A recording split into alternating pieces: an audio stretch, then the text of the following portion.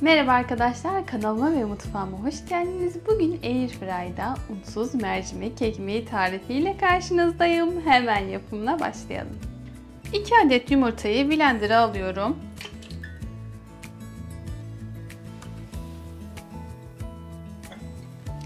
Büyük blenderınız yoksa rondo da kullanabilirsiniz. Bir gece önceden beklettiğim 1 su bardağı kırmızı mercimeği üzerine ilave ediyorum. 3 yemek kaşığı yoğurt ilave ediyorum.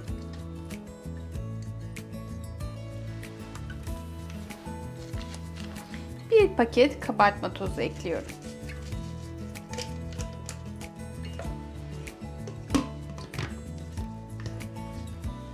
Homojen bir kıvama gelene kadar çalıştırıyorum.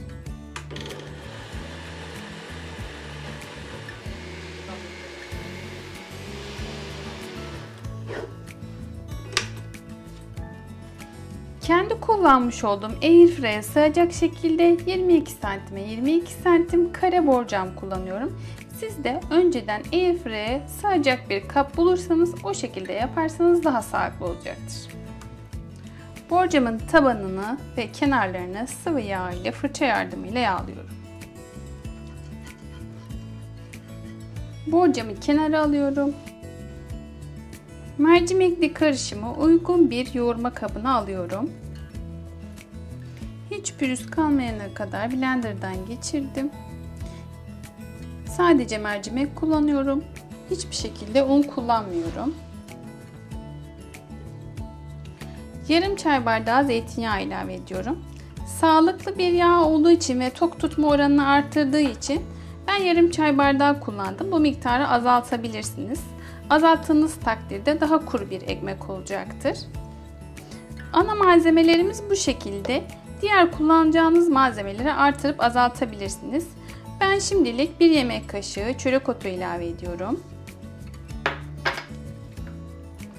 1 yemek kaşığı keten tohumu ilave ediyorum. 1 yemek kaşığı tef tohumu.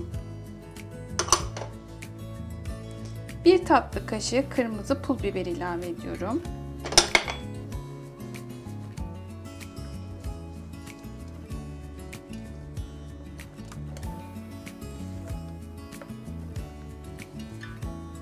Dediğim gibi evde bulunan baharatlarla ya da ekstra kullanacağınız mesela haşhaş kullanabilirsiniz.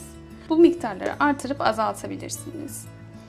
Ben ekstra tuz kullanmıyorum çünkü peynirim tuzlu. Yaklaşık 70 gram ezilmiş peynir ekliyorum. Lor peyniri de kullanabilirsiniz. Tuzsuz kullanıyorsunuz da ekstra tuz ilave edersiniz. Tüm malzemeleri iyice karıştırdım.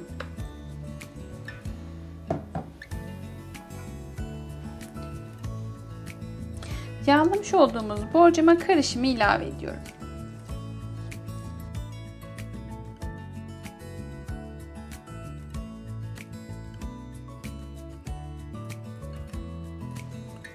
Üzerine susam serpiyorum.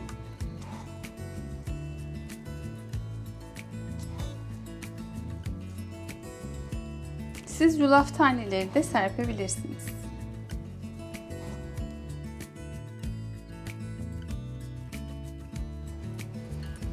Borcamı Airfryer'in haznesine yerleştiriyorum. İçindeki diğer hazneyi çıkarttım. Buraya oturtuyorum.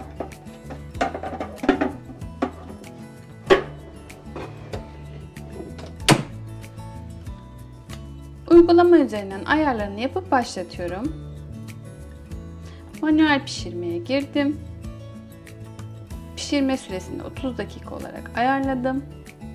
180 santigrat derecede yüksek fanda pişirmeye başlatıyorum.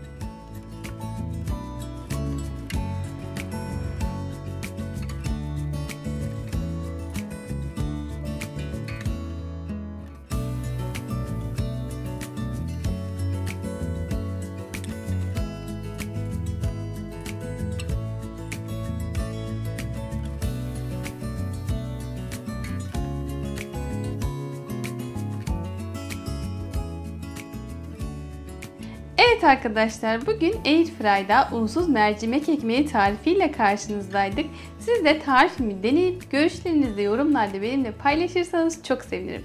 Farklı tariflerde görüşmek üzere, hoşça kalın.